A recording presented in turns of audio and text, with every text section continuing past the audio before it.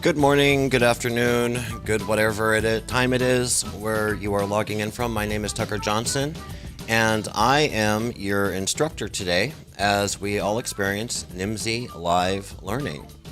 NIMSY Learning workshops and events cover localization processes, strategies, industry intelligence, best practices, and language technology. The NIMSY Learning experience will give you and your global team the tools you need to take your organization to the next level. Our offerings cover localization project management training, localization QA training, sales process training, translation resources, and much more. Explore our ever-expanding selection of training and development options and see which one is right for you and your organization. If you're joining us live, or even if you're watching the recording afterwards, whatever platform you're logging into, make sure to like and subscribe. If you subscribe to NIMSY Insights or follow us on LinkedIn would be the best option. Then you're going to be first to know. You're going to get notified whenever we schedule new workshops. We've been running this series for the last few months called Workshop Wednesdays. And Workshop Wednesdays are basically an excuse for us to leverage some of our workshop library that we're putting together for our clients and make it publicly available. We like to make as much knowledge and as many resources as possible available to the public, just to be accessible. Although if you are an NIMSY client and you would like to discuss scheduling a custom workshop or a private workshop for your team where we dig into items that are specific to you, reach out to partner support at nimsy.com and we'll get that all set up for you guys.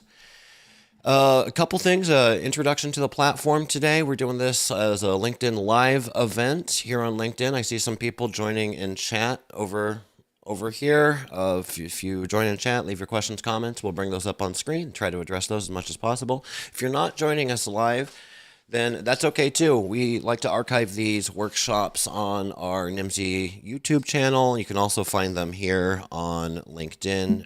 And if you go over to the NIMSY's page, after, of course, you follow NIMSY Insights, you can go to our events page and look at all of the past events and see all of the LinkedIn or all of the Workshop Wednesdays that we've done in the past.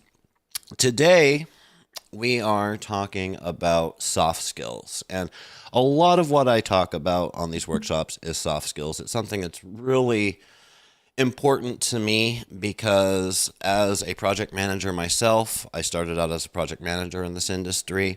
I've found that soft skills They're what separate the men from the boys, to use a sexist cliche term. They're what separates the program managers from the project managers. And I've watched a lot of project managers in my career struggle to advance their career, even though they have a ton of hard skills, they have the knowledge, they have the training on different tools and processes, but they fail to level up their soft skills, and it holds them back. So at any opportunity that I have, I like to talk about these things. If you're sitting here wondering, well, what the heck is a soft skill? Don't worry. We're going to get into that as we go through this lesson today. Now, this is going to be, I know I've said this before and I've been wrong, but this is going to be a pretty quick little lesson today. This is part of a larger workshop or a larger, I should say, boot camp that we're putting together, that we have put together, and we're currently delivering to a couple of our enterprise side clients in the localization industry right now. And within that boot camp, there's a number of courses, there's a number of learnings on different soft skills. So what we're going to look at today is kind of an introduction to soft skills. We're not going to be going really deep into leadership skills or communication skills, interpersonal skills, negotiation skills. We have separate workshops for these different things. But what we are going to be doing is understanding what are we talking about and why are we learning about these things. We're going to be gaining an appreciation for the often overlooked soft skills and how they can complement your hard skills for career progression. We're going to be taking a look at some methods for improving our soft skills, of course, in parallel with traditional skills. We don't want to sacrifice traditional hard skill training and just solely commit ourselves to soft skills, although I would if I could. We're going to take a look at some practical examples for ongoing personal development in the workplace and outside the workplace, actually. And lastly, my main goal for this, as I already alluded to, is to raise awareness for why soft skills are important for all of us that are interested in progressing our career, growing. I want to say progressing our career and progressing in our personal lives, because these are really skills that can help us no matter what the situation. For those of you that don't know me, my name is Tucker Johnson. I am one of the founders here at Nimsy Insights, and I also do a bunch of other stuff in this industry. I love to chat. You can reach out to me on LinkedIn and add me as a connection. I'm pretty good about accepting those things if you want to learn more, but I'm not really what I'm here to talk about today, because I'm just one guy here at Nimsy Insights, and I'm sitting on the shoulders of a lot of really smart people. We have a team of over 50 plus consultants, analysts, and researchers bringing valuable content, valuable consulting, advisory to our clients every single day here at Nimsy Insights. So I would be remiss if I didn't, of course, give credit where credit was due. Let's jump in here. What are we going to be talking about today specifically? How is this workshop going to be structured? I'd like to get us out of here in under the hour today. These workshop Wednesdays, sometimes they're 2 hours long. I warn you if they're going to be long. But I'd like to get us out in about 45 minutes today. We're going to be going through 3 quick lessons, because these are some lessons that I've pulled from a standard workshop that I think just cover the basics. And so we're going to talk about understanding soft skills. Like I said, we're going to talk about what do I mean when I'm talking about soft skills? What does that terminology mean? What is a soft skill versus a hard skill? We're going to talk about some ways for developing our soft skills. And then we're going to take a look at some practical examples for how we can continuously develop these skills. I mentioned that we have the chat going on over here. So if you have questions, if you have comments, feel free, put that in chat and we'll bring that up on screen if I don't forget, like I sometimes do.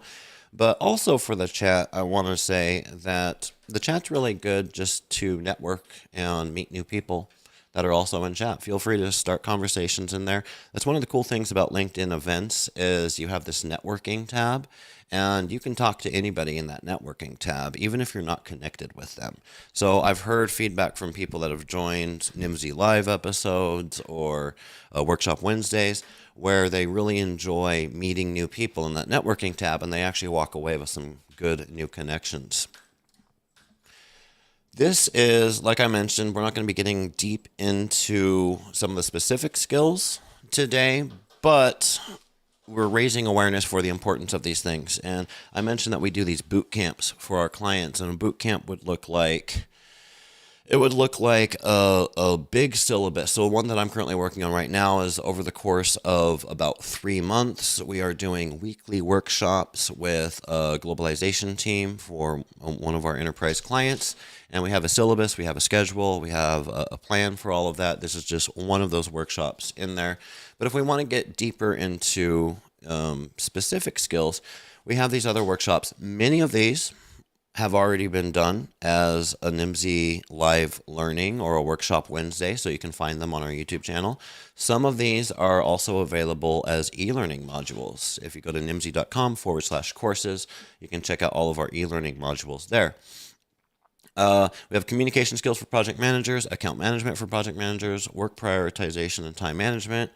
This, of course, is soft skills for project managers. We've got other ones on negotiation, on leadership skills, whatever you have. And if you have a request for any specific topic, of course, always reach out to us and say, hey, I'd like to see a workshop Wednesday on fill in the blank, whatever course you may want, and we'll do our best to put that together. So without further ado, let's get right into it here with lesson 1, understanding soft skills. What are soft skills? What is a soft skill compared to a hard skill, if we look at those two next to each other? And why do we need to care? Why do we need to care about what soft skills are? Why would we take time to develop these skills? And I think this is an important area to spend some time on, especially as a project manager myself, because as I mentioned, a lot of times we, project manager, operation type folk, tend to think that, those soft skills are for salespeople, right? I need to learn how to manage my TMS system. I need to learn how to write Excel formulas. I need to learn how to create data visualizations. And, I'll leave all of those fluffy interpersonal skills for the salespeople. And I'm hoping that we will walk away from this today kind of understanding why that is BS, for lack of a better term. That is bad. That is stinking thinking. You don't want to think that way because that's going to hold you back in your career. So first, let's define what is a soft skill, or what is a hard skill, and what is a soft skill. And you know me, I like to keep it simple. So my simple definition of this is a hard skill is specific. It is a specific ability that is tied to a task or a job. So it is a skill that's going to help me do a task better or to perform a function better. It's usually going to be somewhat specific to your role or to a specific role that you are engaging in your organization. A soft skill, on the other hand, is, it's a little bit more fluffy, to use my derogatory term earlier. It's not tied necessarily to a specific skill, but it's more of a characteristic, right? So when we think of skills, hard skills are usually what we're thinking of, because the term that we use pretty much interchangeably with soft skills is going to be characteristic. So a characteristic is that I'm a good communicator. Characteristic is that I'm an excellent negotiator. Soft skills are something that are, since they're not tied to a specific role or a specific job or a specific task, this is why I like talking about them so much. They're something that are, if we develop our soft skills, they're going to help us regardless of the role that we're in. And you see this with project management. And I mentioned this is what separates the project managers from the program managers, because hard skills will make you into an excellent project manager over time.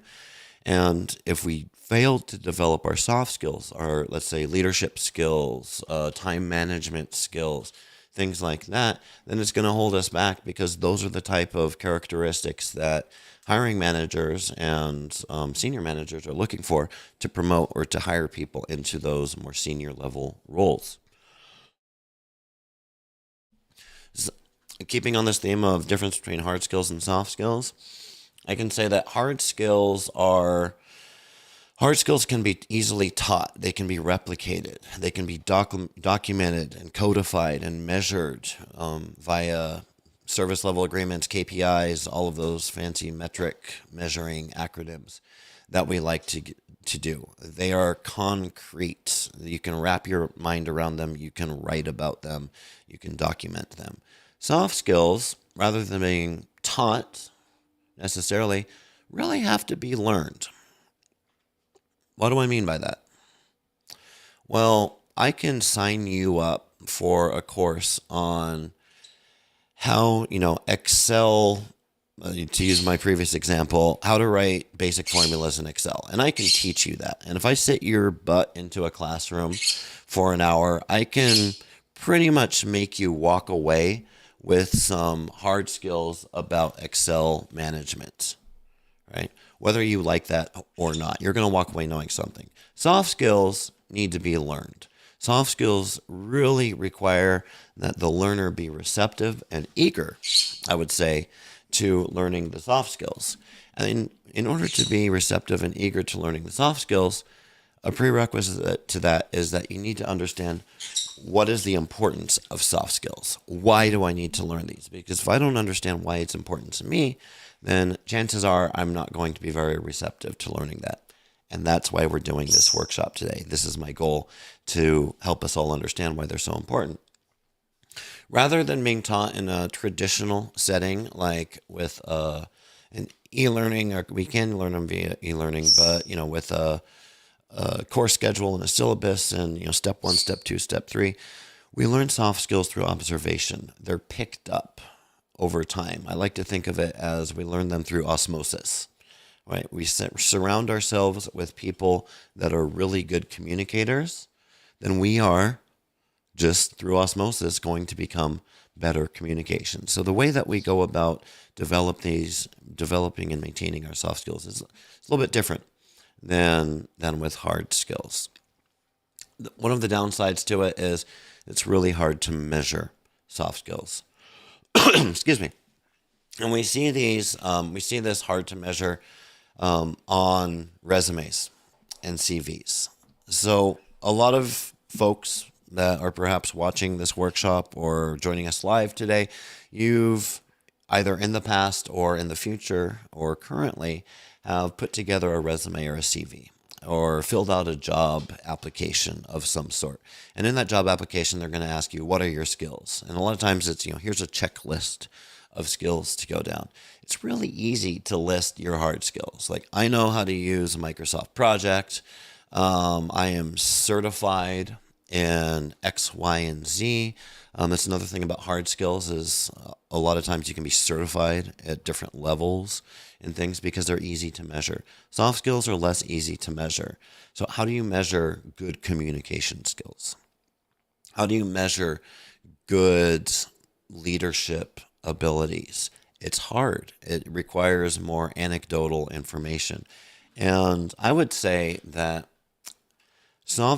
one way that we know soft skills are important to hiring managers, to senior leadership at a company, is by the mere fact that in order to get a job or a promotion, we have to have a job interview. We have to have a job interview. What are they looking for in that interview? Well, they can be measuring some hard skills during those interviews, depending upon the methodology. But a lot of times during those interviews, what they're actually looking for is soft skills. Can this person express themselves clearly? They're going to ask you about past experiences. How did you handle XYZ situation? And these are the type of things that they're looking for. Just to provide us, because I like actual practical examples, to provide us some examples here of hard skills versus soft skills. We see hard skills are things like certifications and degrees that certify that you have different skills and abilities. Coding skills, accounting, bookkeeping, computer literacy, software literacy, writing, editing, typing speed, software proficiency, legal expertise, product design, research methodologies, technical documentation, quality assurance practices, graphic design, SEO marketing. The list could go on, but this is what I fit onto this slide. And taking a look at soft skills, on the other hand, we see communication, teamwork, problem solving, time management, critical thinking. How do you measure critical thinking? It's very hard. Decision making, stress management, adaptability or flexibility is another way of looking at that. Conflict management, leadership, resourcefulness, persuasion, and I like this one that I put in at the end, openness to criticism. Openness to criticism, lack of ego. Are you willing and able to be corrected and to learn from your mistakes and to take feedback? If you've ever worked with someone or tried to manage someone that could not take feedback in a graceful way, productive way, then you understand the importance of that as a soft skill.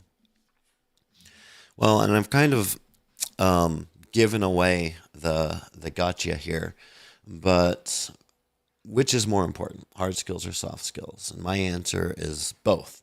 Even though we're talking about soft skills today, I'm not going to sit here and tell you that soft skills are a replacement for or more important than having the actual skills you need to do your job. What I like to think of it as hard skills get you a seat at the table. Soft skills get you at the head of the table over time. So hard skills will get your resume accepted, maybe even get you the job. But soft skills are going to be what help you succeed in that role and to grow into more complex and interesting roles.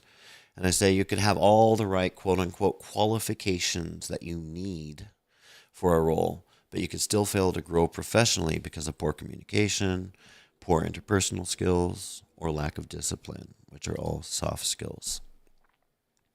So how do we assess soft skills? I mentioned earlier that this is one of the things that the traditional job interview is meant to do, is meant to assess your soft skills.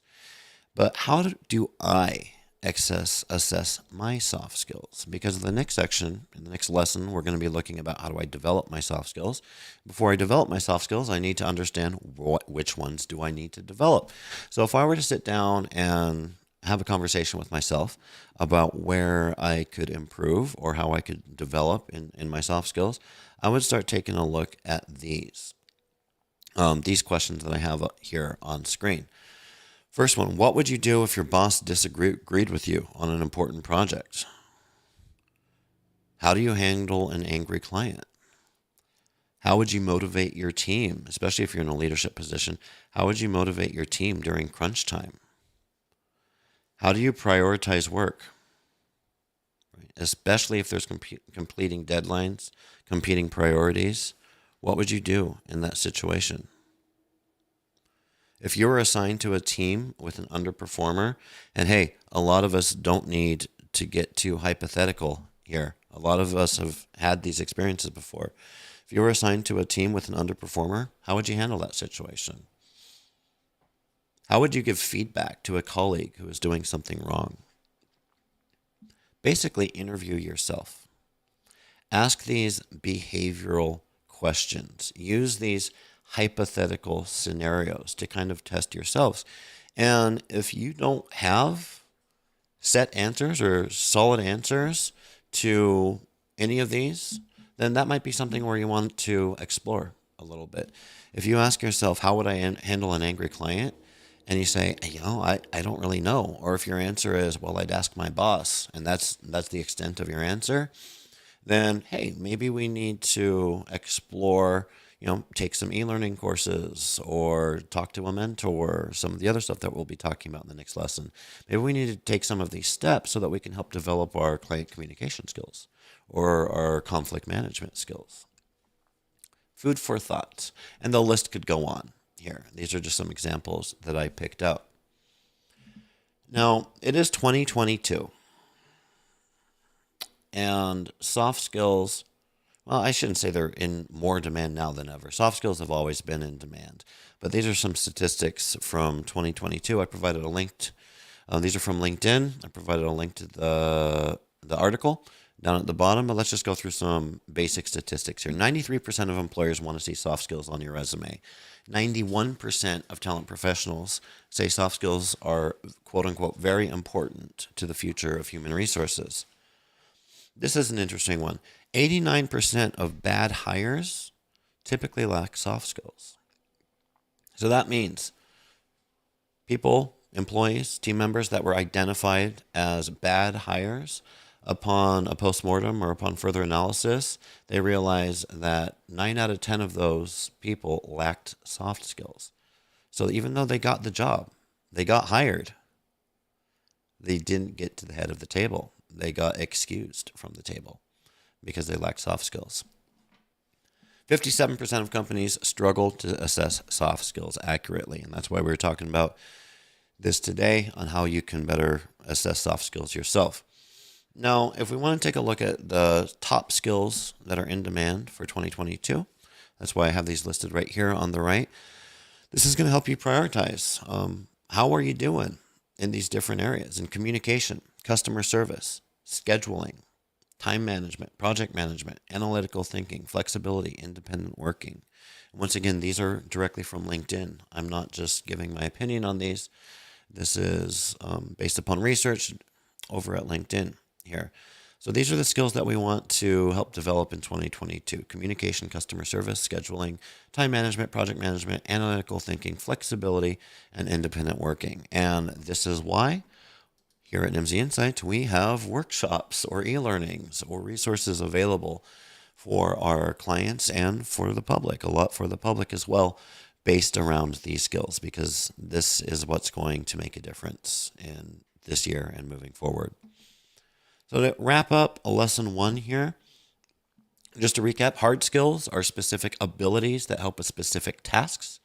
They help with a specific job, whereas soft skills are characteristics. They're developed characteristics that are going to help you succeed across multiple jobs. I say that they're developed characteristics because there can be a misperception out there around soft skills that you either have them or you don't. You're either born a people person or you're not, and that's absolutely not true. Soft skills, like anything, can be developed over time, and that's what we're going to be looking at in the next lesson. To succeed in most roles, you're going to need both hard skills and soft skills. In 2022, hiring managers are reporting that soft skills are more important than ever. We looked at the statistics. And of course, statistics don't lie. So let's move on to lesson 2, shall we? Well, we'll talk about developing our soft skills. So maybe we've done a self-assessment. We've asked ourselves some questions, and we realized, I could improve in some of these areas. So what are some of the next steps here? In this lesson, we're going to take a look at understanding where we need to develop. We're going to take a look at the role of feedback, getting out of our comfort zone, and the importance of self-awareness and self-reflection. As I've already started barking up this tree, it begins with you. It begins with understanding yourself.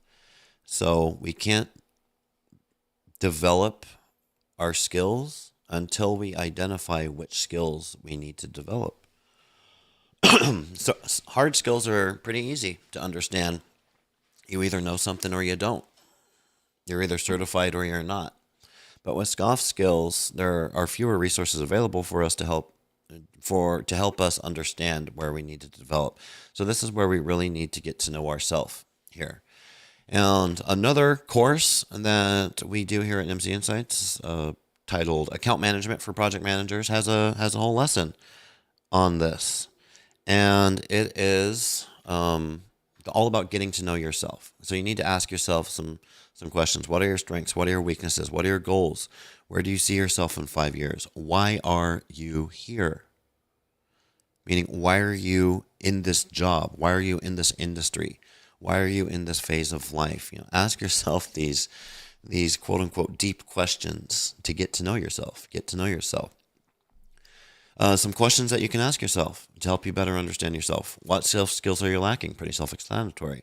What do you feel is holding you back? What characteristics do you admire in other people that you wish you could develop for yourself? When you see team members that you admire, bosses that you admire, what are they good at? What do you wish you could, in what areas do you wish you could be more like those people? What are some skills that are not related to your specific role that you would like to work on? And if you were to switch careers today, what skills deficits would you have to overcome? And I would say, to add to that, if you were to switch careers today, let's say you're in the localization industry and you want to get into a different industry, what are some of the skills that will carry over from your current role into a completely new role, into a completely new industry? Those are the soft skills, most likely. Those are the areas where you're going to want to develop further as soft skills. So once we have a little bit of a self-assessment, like I said, I like to give practical examples because it's hard just to ask open-ended questions here. But think about this.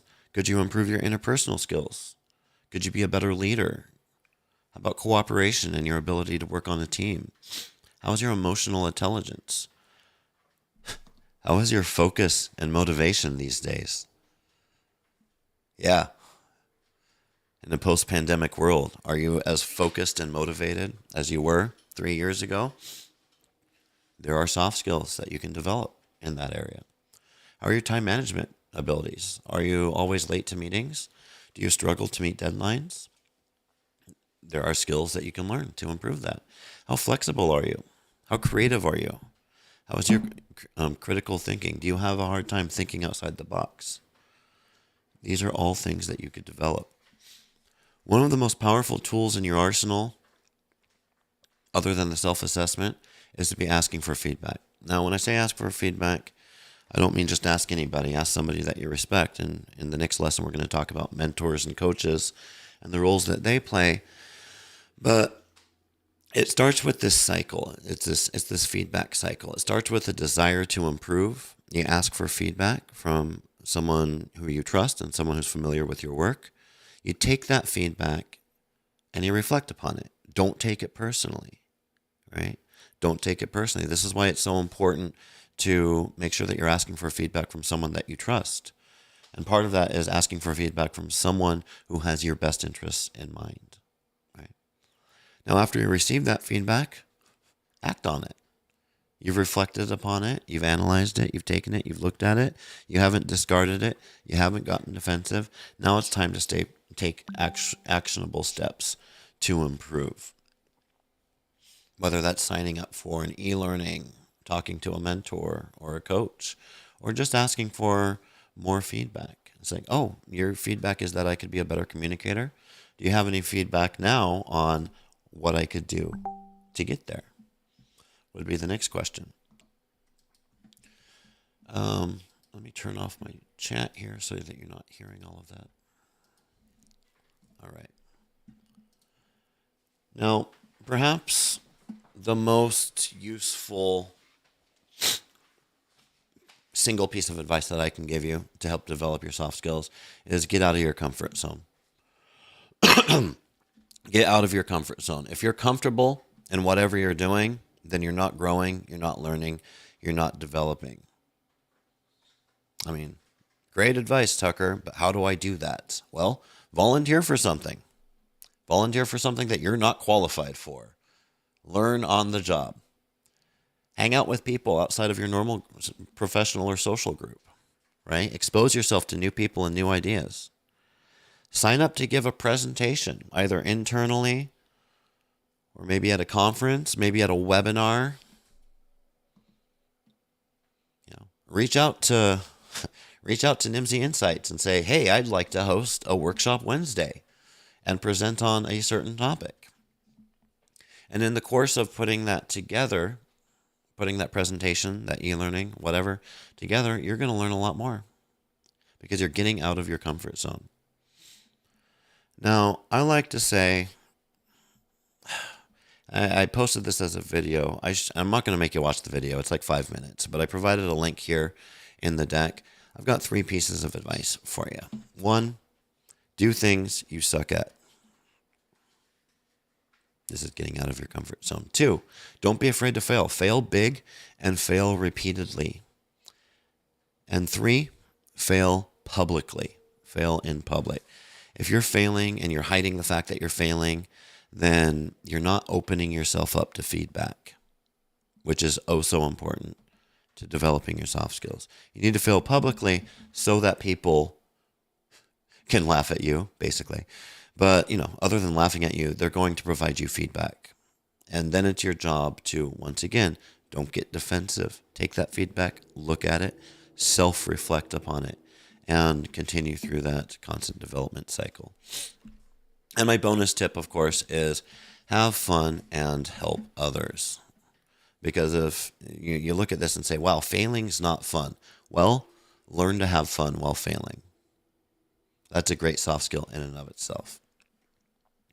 When I talk about taking time for self-reflection, just some practical advice in this area, make sure you're setting reasonable goals for yourself.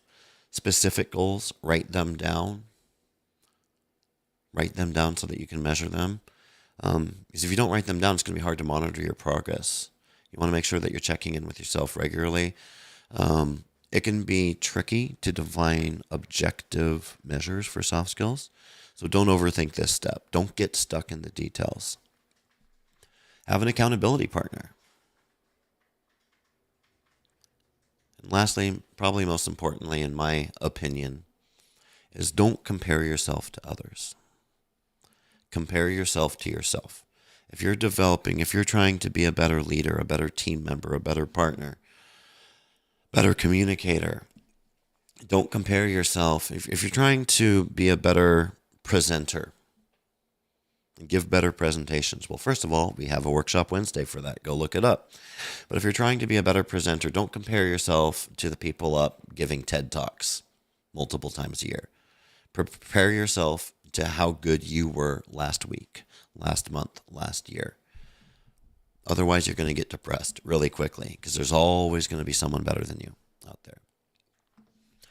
So to wrap up lesson 2 on developing soft skills, a few quick reminders. Self-awareness is key.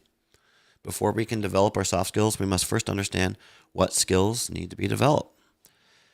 Asking for feedback from a trusted friend or colleague is a great way to gain new perspective on where you need to improve. You need to take the lead on developing soft skills. Get out of your comfort zone. Put yourself in new situations. Put yourself around new people that you don't always hang out with. And failure, when done right, that's an important point. I'm not just saying keep failing, making the same mistakes over and over again, not learning from them. But failure when done right, which is that feedback loop. You're opening yourself up for criticism. You're taking that criticism. You're trying your best to make new mistakes and not make the same mistakes over and over again. So failure when done right means that you are growing and developing. And lastly, I'll say it one more time, avoid comparing yourself to others. Compare yourself to yourself. Not how good am I at time management compared to my colleague, but am I better at managing my calendar today than I was last year? That's the metric that you want to look at. Awesome. This brings us into lesson 3. We're cruising right along here. Practical opportunities for continuous development. So here, what we're going to look at is just basically some resources for you. Hopefully, you're taking away from this an idea of, wow, soft skills are important. Maybe you're saying to yourself, I always knew that it was important, but I wasn't really sure why. And I hope you're taking away something like that. So if we identify that they are important, that we could all use help developing them, where do we go from there? Well, there's online trainings, YouTube, coaches, mentors, and how to develop them in your natural habitat, as what we say. Now, the easiest way is there are so many online learning channels out there. A lot of them you pay for, a lot of them you don't, though. Just a quick list here: Coursera, Udemy, Brilliant.org, edX.org, typo there, sorry. Udacity, LinkedIn Learning, which was previously lynda.com. There are so many options out there, especially when it comes to soft skills. Like, you're going to be hard pressed to find online learning materials if you're in the localization industry, for example, on how to, manage expert level management of translation management systems. Because worldwide, there's just not a lot of demand for those things. But worldwide, there's a lot of demand for negotiation skills, time management skills. So there's a lot of supply out there. Just go check it out. Personally, my favorites is YouTube. I like YouTube, spend a lot of time on YouTube.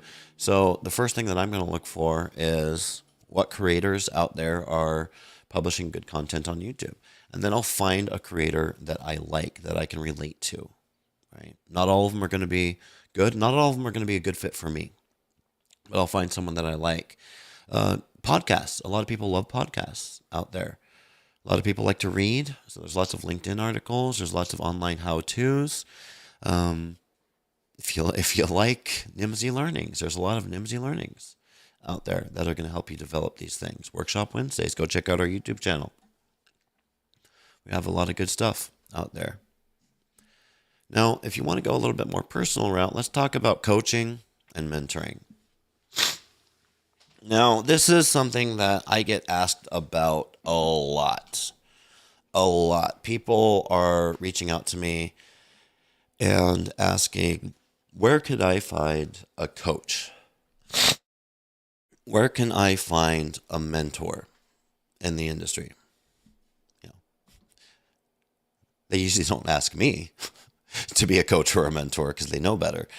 But they're asking, there's this need. There's this craving out there. People want role models. So first I'd like to before we get into the details here, first I'd like to just define what is a coach, what is a mentor. And I like to look at it as a coach is driving you, and with a mentor, you're driving them. Like always, I like to keep things simple. That's my simple explanation there. Another way of looking at it is coaches are going to take initiative and responsibility for the relationship. Coaches are going to focus on performance. They're going to usually work towards a corporate goal, developing a specific set of skills that they want you to develop. And coaching programs can be largely standardized because they're going towards common goals. Now, mentoring is more flexible, more personal, because they're going to be focusing on personal goals specific to that person. Therefore, it's going to be harder to standardize that type of engagement because it's more personalized. Now, keep in mind, every coach/mentor is different. Every program out there is different, so there's no standard rules. This is just based upon my experience with these two different types of role models out there. But for the rest of this presentation, I'm going to be largely using this term coach and mentor interchangeably. Let's talk about how to pick one. So if you think this is the way to go, I want a coach, I want a mentor, I want a role model, I want a leader, someone who's going to help me. Some things to think about. Do you want someone inside your organization or outside your organization? There's pros and cons to both. Inside your organization, they're going to be able to be quickly familiar with more specific challenges of your company. But outside your organization is often a lot better because they're going to bring to the table a lot of third-party knowledge and different perspectives on how to look at things, especially if it's more of a mentor relationship instead of a coaching relationship. You want to make sure that you're finding someone that you can trust. I've covered that already. You want to make sure that you find someone with bandwidth, with time, that they're going to make time for you. There's nothing more frustrating than having a coach/mentor who never picks up the phone when you call them. A question you want to ask is, what has this person been through? What are their life experiences? What challenges have they overcome?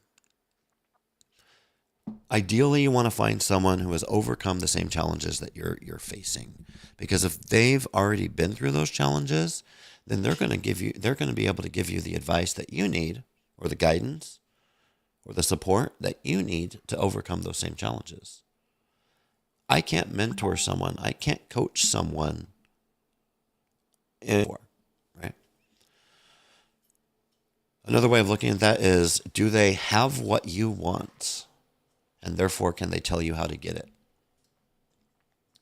And when I say do they have what you want, I don't mean do they have a cool car and an attractive spouse in a nice house. I mean, are they able to, are they a good leader?